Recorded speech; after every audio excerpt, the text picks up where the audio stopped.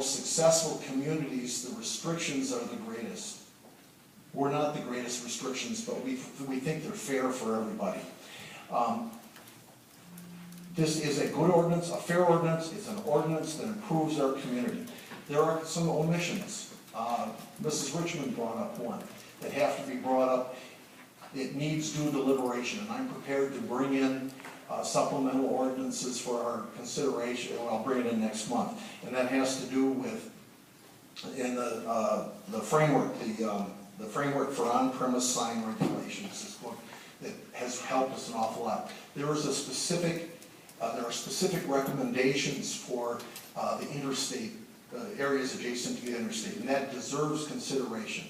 We did not get to it in the committee. Another thing that deserves consideration, and well, I promised a Quick Trip at least that I would raise it, and I think it's fair, is about fuel prices. We have to deal with that, and it's, our present ordinance doesn't, but it should not be dealt with on the floor of this council tonight. I will bring in legislation. And finally, the issue of aggregate or aggregate campuses. And we have people from both the medical institutions here tonight. I'm surprised they're not from the educational institutions as well.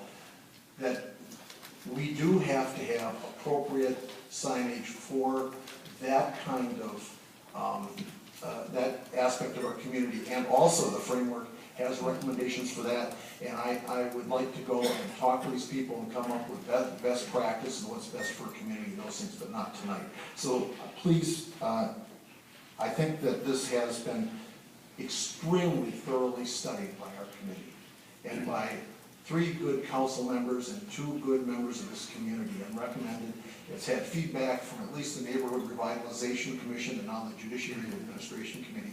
It deserves your support tonight. Thank you. Next council member will be council member of the 3rd District, council member Chris Olson. I would like a motion, or to make a motion to deny the committee's report, and if I can get a second, I'd like to hold the floor. I'm going to rule that out of order for the simple reason, when committee reports come to the committee as a whole, we either vote them up or we vote them down. Okay, well, I'll still hold the floor then. I'd like a ruling from the city attorney, if I could, please. I believe that the original resolution was to deal with electronic billboards, and I believe that this committee went way beyond the scope that it was asked to. And is that okay? And I'd also like to know if the city attorney's office has read through this legislation and feel that this conforms with all laws and whatever. We did receive an email earlier today that an attorney for one of the sign organizations said that they felt that it did not meet the laws and regulations. Mr. Manny? Starting with the last question first, I did see a communication from a law firm, or actually 2 communications from the same law firm, raising 4 specific issues. 3 of those issues dealt with Chapter 62, and those issues the legal department is not concerned with at all as being a problem for our ordinance.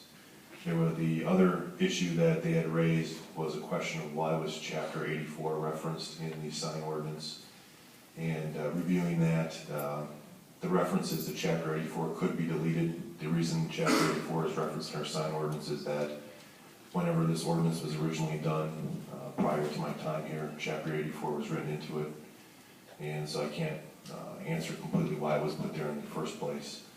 But as for that particular issue, that reference to Chapter 84 could be deleted, but that's not something that's actually something that would kill the entire ordinance by itself.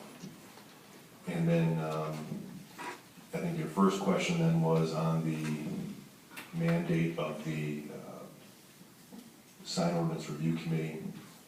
I had looked over the legislation, the original legislation that set up the mandate, and it did have very broad authority to the Sign Ordinance Review Committee to come back with many recommended changes, not only in Chapter 20, but then also other regulations, and specifically mentioned zoning, which is Chapter 15, and then also talked about any other regulations that it determined would be beneficial. So it had a very broad mandate. I think I answered all those questions then.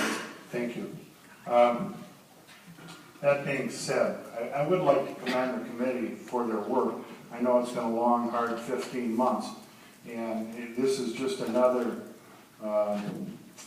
polarization of the community that we've done here on the council. And I think we went way beyond what we were asked to do. I think we were asked to deal with the electronic billboard on Highway 16 and how we were going to incorporate electronic billboards to the city of La Crosse. We went after everything, and I believe that this is bad for business. I don't think we did a very good job with it. The chairman has gone out there and he stated originally that he'd like to see all